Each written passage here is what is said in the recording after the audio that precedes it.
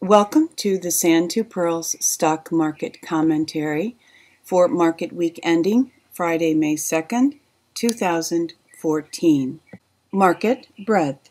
With this past week's market rise, our bull-bear point and figure ratio rose from 1.11 to 1.13, advancing very slightly further into bullish territory. The total count of securities in bullish or bearish patterns rose fractionally to 2,044. The count of bearish stocks decreased fractionally, while the count of stocks in bullish patterns increased 1%. The Sand to Pearls P&F Market Breadth Summary Chart shows us a market now 3 consecutive weeks in bullish territory. Paid subscribers have access to the Open Office Calc data from which the chart is generated. You may become a paid subscriber by visiting s2pmarketsignal.com, clicking Membership, and clicking Sign Up. For those who are interested, a free 2-week trial subscription is available. The well-known market breadth indicator, the Nasdaq McClellan Summation Index, fell 97 points for the 17th decline in 37 weeks.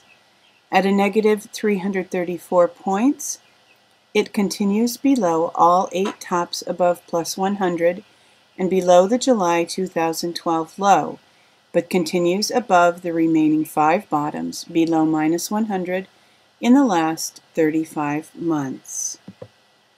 Market Gauge Volume Analysis.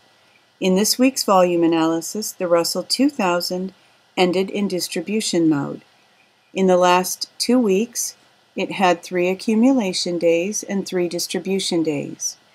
Of the other indexes, both the Diamonds Trust and the S&P 500 deposit receipts ended in neither accumulation nor distribution mode.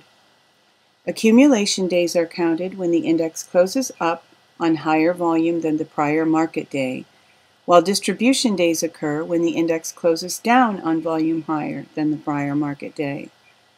Last week also, the Russell 2000 ended in distribution mode. Momentum. The CCI 20 daily short trade entered at Monday 4:28 open turned upward back above the zero line reject pivot entry point on Thursday 5/1 close.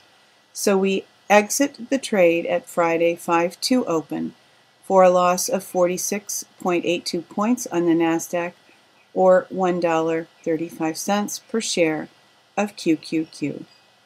Can't win them all, even with Woody's.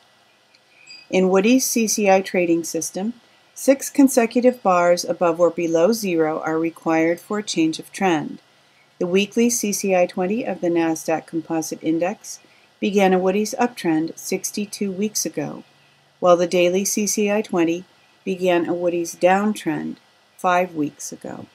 With 4 weeks below zero, the CCI 20 weekly at minus 70.38 has declined this week and remains outside the plus or minus 50 range for a valid zero-line reject.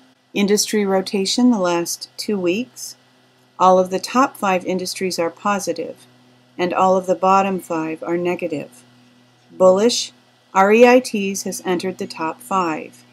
Banks has left the bottom 5. Oil and oil services have left the top 5. S&P retail has left the bottom 5. Bearish, disk drives continues in and now leads the bottom 5. Semis, computer hardware, and networkers have entered the bottom 5. Brokers have left the top 5. Gold and silver has left the bottom 5 and leads the top 5. Focus this week from Tyler Durden at Zero Hedge, the greatest fool rotation, who's buying and who's selling.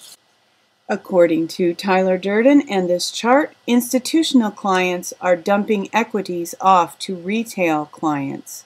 Thank you very much. So, if you know your Bill O'Neil IBD basics, ...